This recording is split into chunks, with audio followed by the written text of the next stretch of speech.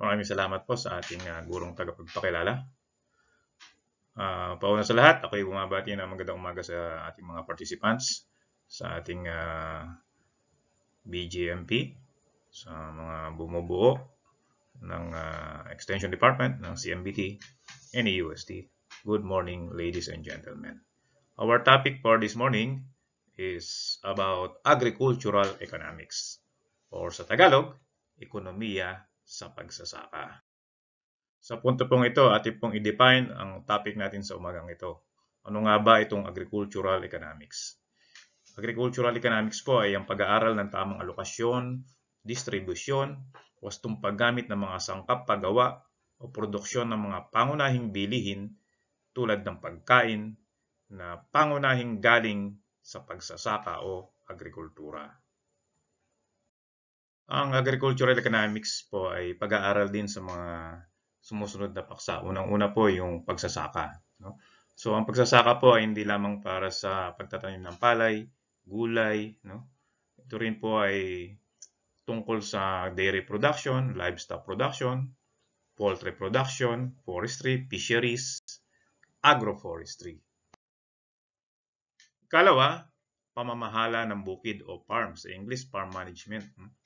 So, meron tayong dalawang klase ng farm. No? Family farm and commercial farms. Yung family farm, ito yung farm o bukid na pinamamahalaan ng isang pamilya. No? So, si tatay, nanay at mga anak, sila yung mga may-ari ng family farms. Pangalawa, yung commercial farms. So, yung commercial farms, ito yung malalaking farm. Mga piggery, poultry, iba pang mga farm gaya ng commercial fisheries. No? So, yung farm management, ito ay pinamumunuan ng isang farm manager. No? So, sa commercial farm, may board of directors, may management, may principles of management. Talagang ina-apply dito yung pagiging commercial ng isang tinatawag nating farm. No? So, lahat dyan, ina-apply ang business aspect ng pangangalaga at pamamahala sa kanilang farm. No? So, yun yung pamamahala ng bukid. Susunod ay ang agricultural finance and accounting. No?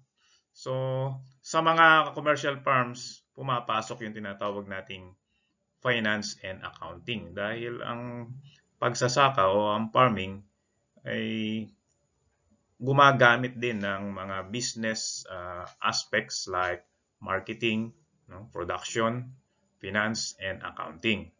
Yung mga family farms, no, karaniwang maliliit na bukid, hindi sila gumagamit ng accounting. Naglilista lang sila sa mga kalendaryo, no, sa mga kwaderno. Kaya hindi nila nakukwenta ng tama yung kita. No? Unlike sa commercial farm, malalaking farm, talagang meron silang agricultural financing and accounting.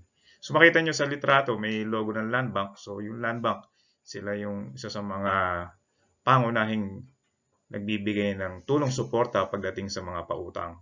Tandaan natin, ang pangungutang o ang credit ay hindi masama. No? Tama ito. Ito ay nagpapa-unlad sa ekonomiya. At dapat binabayaran ang ating mga credit o ang utang sa takdang panahon. Ang pagluluwas ng produkto, no? Isa ito sa mga sumasaklaw o sumasakop sa agricultural economics. So, ang pagluluwas ng produkto ay ginagawa sa mga malalaking trading post sa bansa. No? Sikat dito yung tinatawag natin Balintawak Cloverleaf Market. So sa Balintawak Cloverleaf Market, ito ang pangunahing bagsakan ng gulay sa NCR o sa Metro Manila. No? Dito sa atin sa Nueva Ecija, sikat ang bagsakan ng gulay doon sa ating sangitan. No? Sa Benguet, La Trinidad Benguet Trading Post. At marami pang ibang lugar, no, na bagsakan ng gulay. No? Ito yung tinatawag natin ng mga trading posts. Kooperatiba. No? Saklaw din ng agricultural economics ang pagpapatakbo at pagpapaunlad sa kanayunan sa pamamagitan ng pagtatatag ng mga kooperatiba. Ano ba yung kooperatiba? No? Alam natin ang kooperatiba, ito yung samahan ng mga magsasaka na ang tanging layunin ay magkaroon sila ng pondong maipapautang sa mga miyembro, maging sentro itong kooperatiba ng pagbebenta ng kanilang mga produkto. No? So, ang kooperatiba under ng Cooperative Development Authority, no, ay isang mahalagang aspeto ng agricultural economics. Batas at polisiyang pang-agrikultura. Isa din ito sa sumasaklaw o mabuting sangkap ng agricultural economics. Dahil kung ating talagang pag-aaralan ng agricultural economics, no, ito ay isang mahirap na asignatura. No? At ang tinatalakay talaga rito ay yung paggawa ng batas at policy. No? So, ang pangunahing ahensya ng gobyerno dito sa agriculture ay siyempre ang Department of Agriculture or ang Kagawaran ng Agriculture. No? Sila yung mga nagbibigay ng suporta sa lahat ng mga local government units. No? Noong 1991, nang magkaroon ng devolution ang ating pamahalaan, lahat ng munisipyo ay nagkaroon ng sangay ng Department of Agriculture. So sa mga polisiya naman, gaya ng Rice Tarification Law, ito ay pinasa ng Kongreso. No? Ito yung mga tungkol sa policy sa agriculture. Ang policy sa agriculture ay naisa sa katuparan sa pamamagitan ng mga pag-aaral na may patungkol sa agricultural economics. Iba pang saklaw ng agricultural economics. Dito, meron tayong choice of farming o piniling gawain sa pagsasaka bilang pinagkukunan ng kabuhayan o kita. So, ito yung mga workers natin o farm worker. Pagsasaka, no? Siyempre, tatanim tayo ng palay, gulay, meron din forestry, o meron ding paghahayupan o animal husbandry, no? Pasok dyan yung livestock, poultry, and fishery. Makinarya o lakas paggawa. So, itong makinarya at lakas paggawa, ito yung tinatawag natin na mechanized farming or yung modernized approach sa farming sa paggamit ng halimbawa yung combine harvester, no?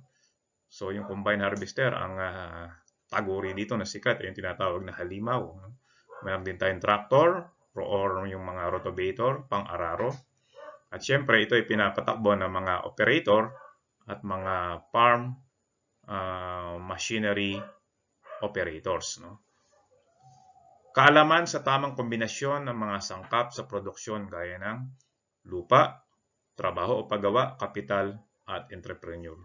Sa economics po, meron tayong tinatawag na factors of production. Ito po yung 4 na nabanggit ko. No?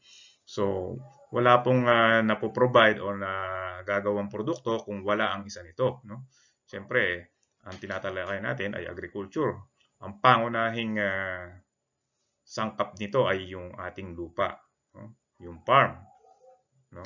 So, ang lupa, ang kita ng lupa natin ay renta. Sa workers naman or laborers, mayroon silang tinatanggap na wage. Ang kapital ay interest at ang entrepreneur yung net profit. No? So sa 4 na to, ang entrepreneur ang siyang tagapagtaguyod ng tatlong nabanggit. So si entrepreneur, siya yung farmer, siya yung agribusinessman, siya yung farm manager, siya yung businessman. Hindi kumpleto ang pag-aaral ng agricultural economics at food production kung hindi mababanggit ang ekonomista na si Thomas Robert Malthus. No? Sa kanyang essay, isinulat niya na the population tend to increase geometrically while food supply increase arithmetically. Ibig sabihin, mas mabilis ang paglobo ng populasyon kaysa sa produksyon ng pagkain. No? Tama naman ito. No? So, masyado nang malaki ang populasyon ng mundo. Mahigit 7 bilyon dito sa Pilipinas. Tayo na ay nasa mahigit 108 million. No? Pero yung supply ng pagkain ay nagkakaroon ng shortage o kakulangan. No? Isa sa mga dahilan nito yung patuloy na pagliit ng mga lupang sakahan, no?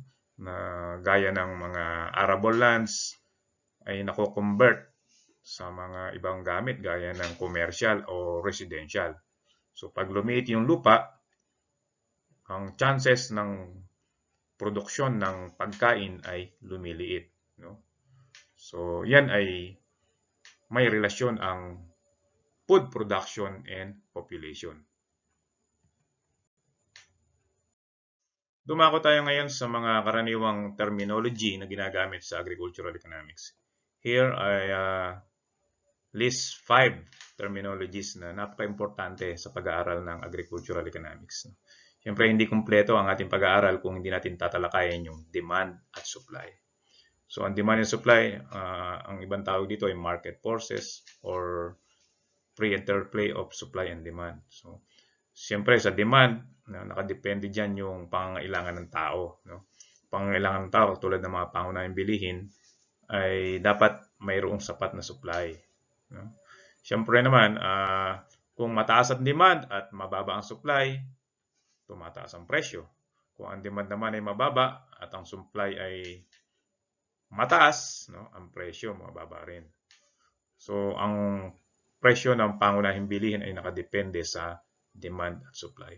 Ang classic example ng demand at supply sa mga panahong ito ngayon ay ang presyo ng produktong petrolyo. No? So, ang presyo ng produktong petrolyo ay mataas sa mga panahon na ito dahil sa kakulangan ng supply. No? Ang demand tumataas na dahil natapos na yung pandemya. Although, meron pa rin pandemya pero nagsisimula ng umangat ang mga ekonomiya kaya ang presyo ng langis natin ay tumataas. No? Ikalawa, kakulangan o scarcity. So kapag may kakulangan sa isang produkto, ito ay isang malaking balakid sa pang-unlad ng isang pamayanan. No? So kakulangan o scarcity, isang problema ito ng economics. No? Katulad kanina, nabanggit ko kung kulang ang supply ng langis dahil nagkaroon ng trade embargo. No? Pinatawan ng trade embargo ng United Nations ang bansang Russia dahil sa ginyera nito, yung Ukraine. No? Alam nyo, ang Russia ang isa sa third highest producer ng natural gas. So, kung kulang ang natural gas sa merkado, no, magkakaroon tayo ng scarcity. Pangatlo, yung productivity.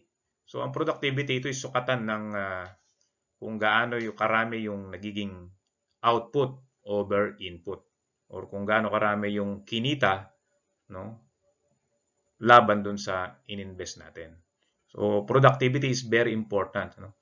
Halimbawa, ang isang tao, no, ang isang mamamayan, isang laborer ay napakasipag sa maghapon, ay sulit na sulit ang kanyang bawat oras sa pagtatrabaho. Very productive na matatawag yun.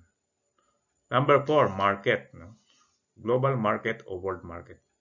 Ang market, noong araw, ako'y bata pa, sabi sa akin ng magulang ko, ang market ay yung palengke. Pupunta ka sa bayan, pupunta ka dun sa talipapa. Yun yung market or public market. Pero ngayon, ang market ay everywhere. No? Katulad ngayon, tayo nag-aaral, ito ay isang market. No? Kayong mga tagapakinig, kung binibili nyo o pinakikinggan nyo o may natutunan kayo sa aking mga sinasabi, ay ito ay isang market. No? Ganyan din naman global market, no? Kasi globally napapakinggan tayo, no? Basta may internet, napapakinggan tayo, no? Isa pang paliwanag dito sa global market, no? Siyempre yung sikat na ngayon yung pagbili sa internet gaya ng Shopee, Lazada, no? So pwede tayo makabili ng mga gamit sa ibang bansa gamit yung mga application na ito. Isa pa, no? Halimbawa, isang produkto ng pandemya, yung pagkakaroon ng mga food panda, food grab, o mga nagdi-deliver, no? Pipindot lang sa telepono o order, i-deliver na sa ating mga tahanan.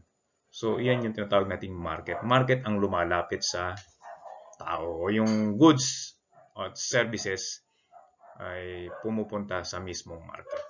Ikalima, law of diminishing return. So, ang law of diminishing return, ito ay isang pangunahing topic, no, sa economics. Pag sinabing law of diminishing return, kung tayo ay nagsasaka, no, at hindi natin dinadagdagan ang mga inputs gaya ng lupa, no, ay nare-reach nito yung kanyang potential. No? So, ibig sabihin sa law of diminishing return, kapag naabot mo na yung pinakamataas na aspeto ng produktibo, no? Kahit dagdagan pa natin yung mga sangkap, kahit dagdagan pa natin yung mga tao, ang magiging return nito ay negative na. No? Isang example, halimbawa, sasakyan. No? Halimbawa, ang sasakyan natin ay hanggang 100 km per hour lang ang takbo. Kahit tapakan natin yan, kahit ilagyan natin ang pinakamabilis na gasolina, hindi na aabot ng 120 yon. Magsusunog lang tayo ng gasolina dahil na-reach na natin yung highest potential. Ito yung tinatawag nating law of diminishing return. Gaya sa bukid natin, ano, kung ang isang hektarya ay umaani lang ng 100 kaban, no?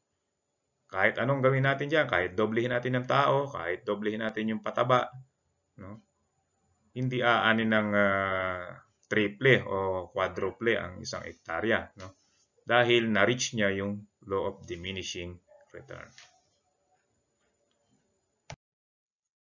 Ngayon, talakayin natin yung current situation of agriculture in the Philippines, no? Nitong year 2021.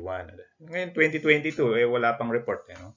Noong 2020, panahon ng lockdown, no? Inireport ng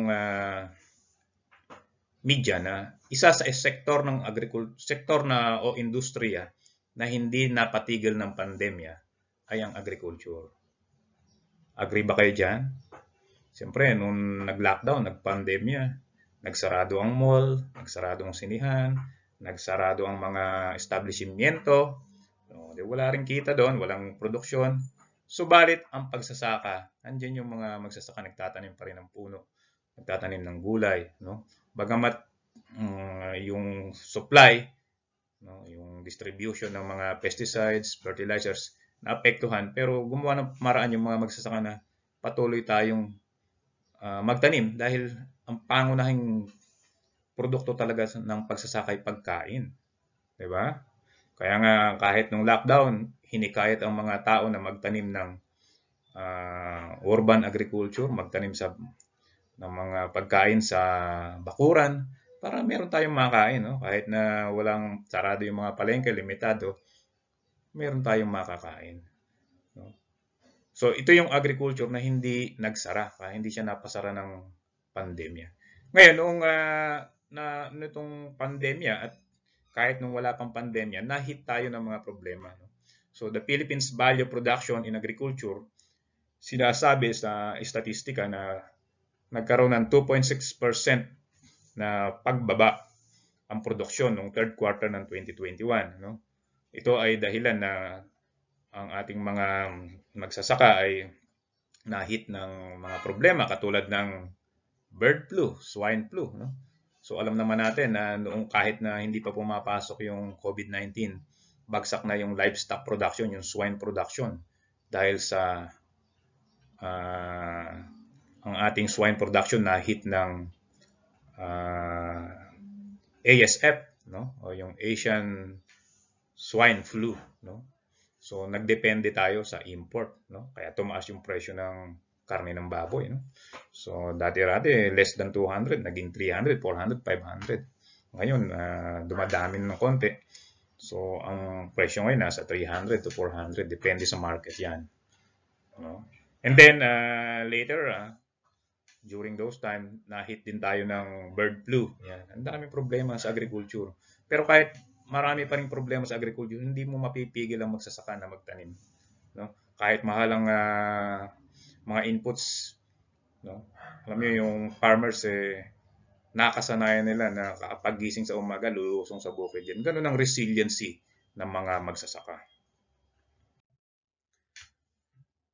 Sa dakong ito ay tatalakayin naman natin yung economic problems ng Philippine agriculture. Ngayon yung mga problema natin na kinakaharap pa rin natin. No? Ang matagal na hamon na nakakahadlang sa productivity or pag-unlad ng agrikultura ay dahil sa una, no? Limitadong access ng mga magsasaka sa pautang, insurance o siguro. So, bagamat may mga farmers, hindi nila ma-improve yung productivity kasi kulang sila sa puhunan. Ano? So, pagka nangutang ka sa bangko, ang daming requirements, ang daming papeles na ihahanda. So, hindi kaya kuminsan ng mga karaniwang magsasaka. No? Hindi nila na ipapa-insured or nakaka-secure ng crop insurance. So as a result, nangungutang sila sa mga loan shark, 5-6, no? Yan. Kaya ang mas kumikita, yung kanilang mga landlord, no? Yung mga 5-6 na yan. No? Maliit na nga yung kita sa pagsasaka, ang puhunan nila ay inutang pa nila. So as a result, hindi productive yung pagsasaka. Ikalawa, yung mababang antas ng farm mechanization o paggamit ng teknolohiya. Alam natin na tayo, ang Pilipinas ay isa sa third world country, developing country na hindi pa lubusang gumagamit ng modern farming o yung farm mechanization. Sa ibang bansa, kaya nag-improve ang pagsasaka ng Thailand at ng Vietnam, no?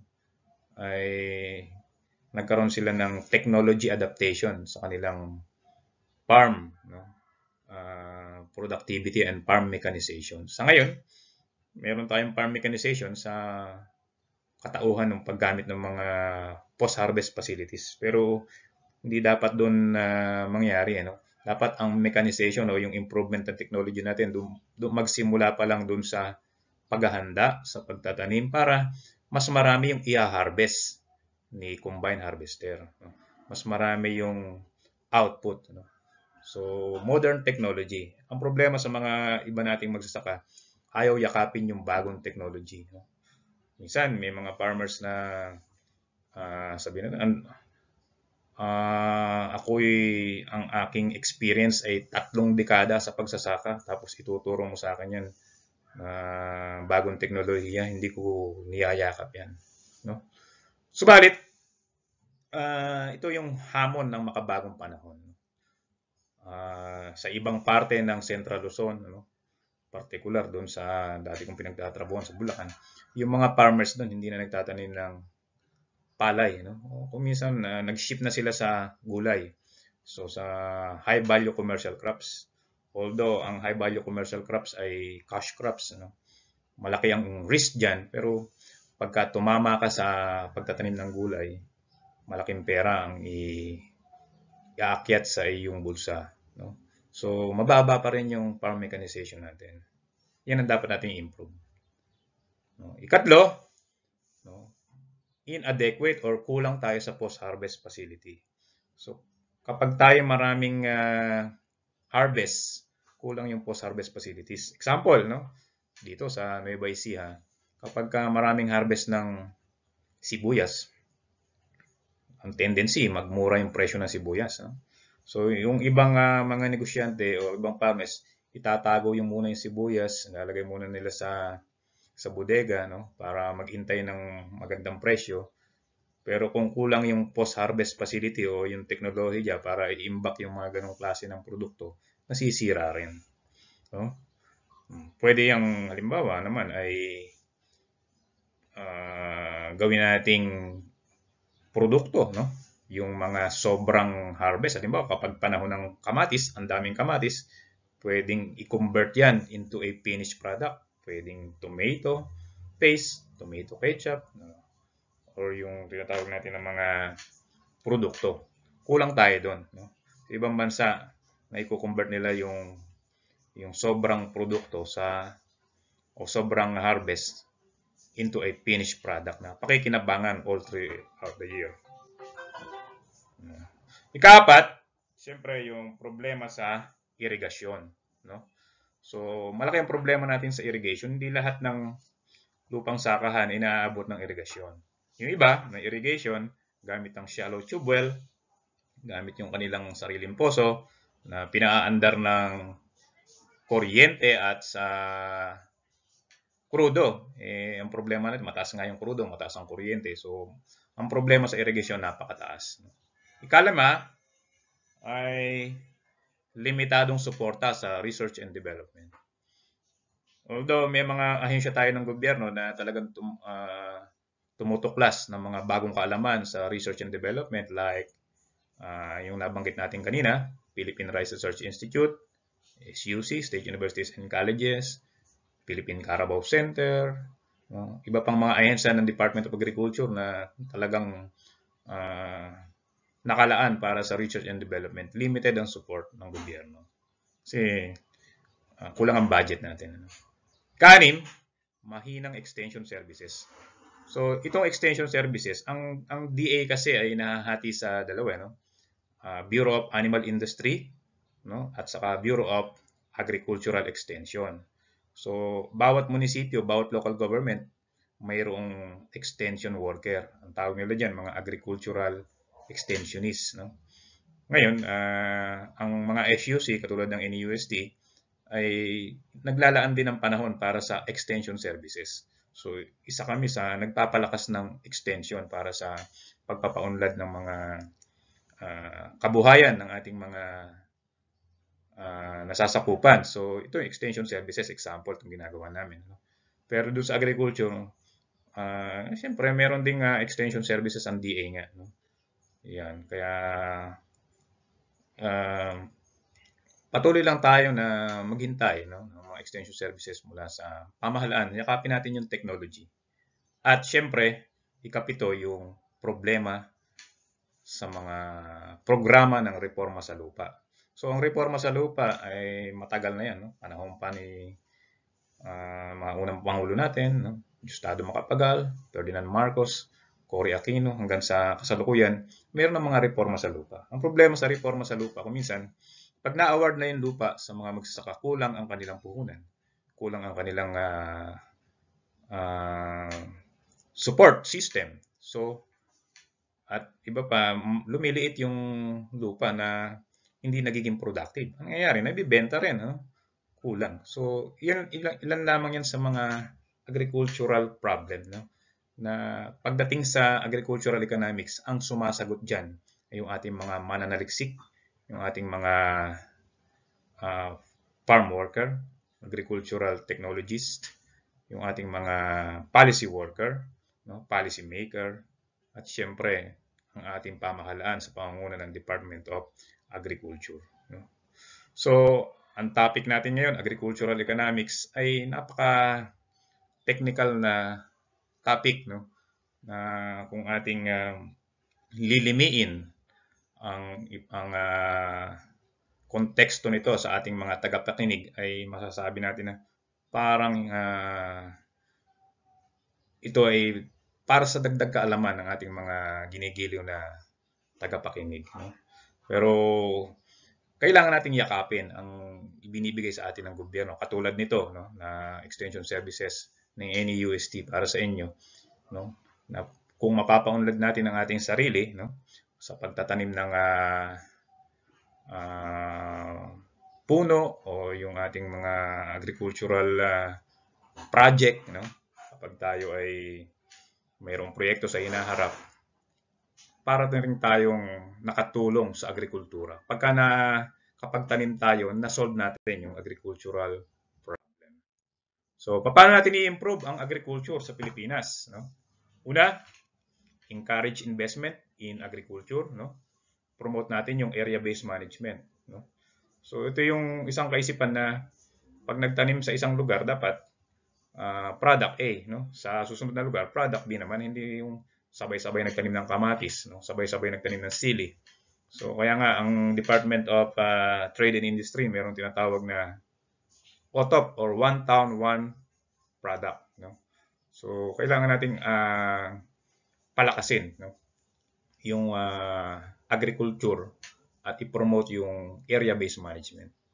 Pangalawa, no? Kailangan daw na i-prioridad yung investment o yung pagtatayo ng negosyo para itaas yung produktibo ng agriculture. No? Ibig sabihin, uminvest tayo sa technology, sa mechanized farming para mapataas natin yung productivity. Ikatlo, magkaroon tayo ng epektibo na sistema ng irigasyon at yung transportation infrastructure. No? Sa ngayon, dumadami na yung mga infrastructure, no? Highway. No? Siyempre, kailangan din naman yung farm to market road, no? Mula dun sa pinagtaniman o mula dun sa pag-harbisan patungo sa mga ginigilaw nating market para mabilis yung product, para fresh makarating sa market at hindi magmahal ang produkto. No? At siyempre, ikaapat, no? Invest in some programs, no?